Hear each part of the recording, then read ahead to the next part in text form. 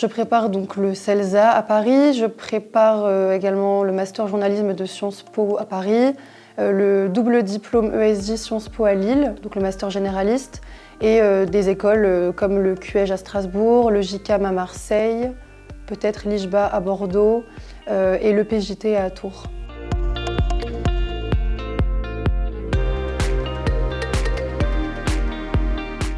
Bonjour, je m'appelle Marie-Ève Saint-Georges, je suis enseignante-chercheur en sciences de l'information et de la communication et je dirige la prépa qui est intégrée à la L3 de la licence donc Médias, Culture et Communication. Bonjour, je m'appelle Cécile, je suis en Médias, Culture et Communication en 3e année et j'ai intégré la prépa CELSA en septembre 2025 et je me dirige vers les métiers du journalisme. La prépa donc, qui est intégrée à la licence Médias, Culture et Communication existe depuis près de 15 ans maintenant et elle se destine exactement comme à ses débuts à préparer les étudiants qui ont de bons résultats, un projet professionnel, à accéder à des grandes écoles de communication, des écoles reconnues en journalisme et à Sciences Po aussi. J'ai choisi la prépa CELSA puisqu'elle était déjà proposée pour cette 3e année et puisque je me suis dit que ça pouvait me permettre d'approfondir ce que je voulais faire déjà dans les métiers du journalisme et aussi les matières qui étaient proposées qui pouvaient me permettre un enseignement plus précis et aussi un vrai accompagnement avec les professeurs qui nous a été donné. S'agissant du contenu donc, qui est offert pour les étudiants qui sont sélectionnés donc, et qui intègrent la prépa, il s'agit en réalité de les pousser d'une part à préparer le mieux possible en fonction de leur spécialité, donc la spécialité communication, notamment communication politique, ou dans les dimensions plus journalistiques, médiatiques.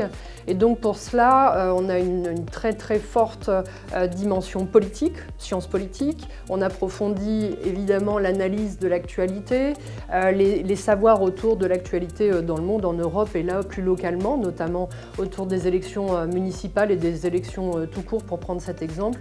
On approfondit également les langues comme en anglais.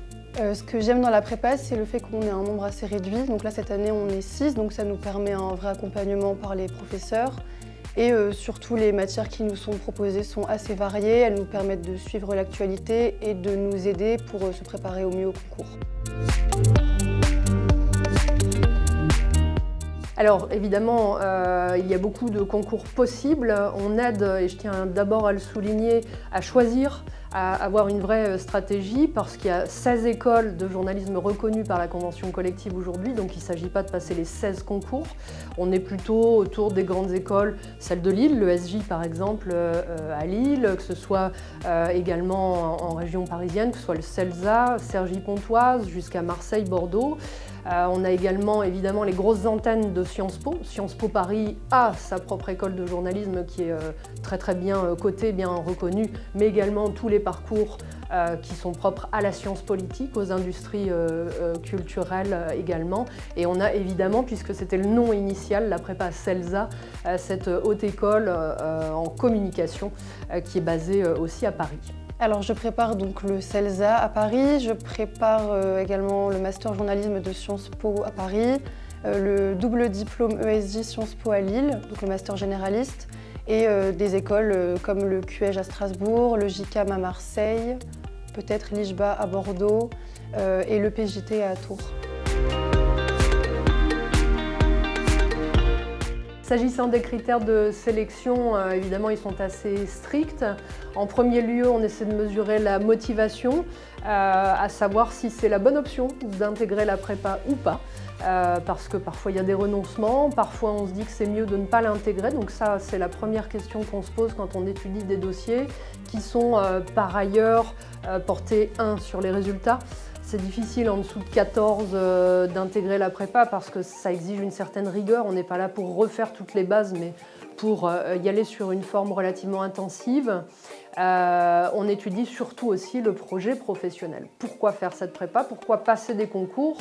Pour les transformer bien sûr, mais aussi pour étudier un plan B, un plan C, parce que c'est tout à fait important de se préparer aussi, et c'est ce qu'on fait dans la prépa, pour préparer, accéder à d'autres masters qui ne sont pas par un passage obligatoire par les concours.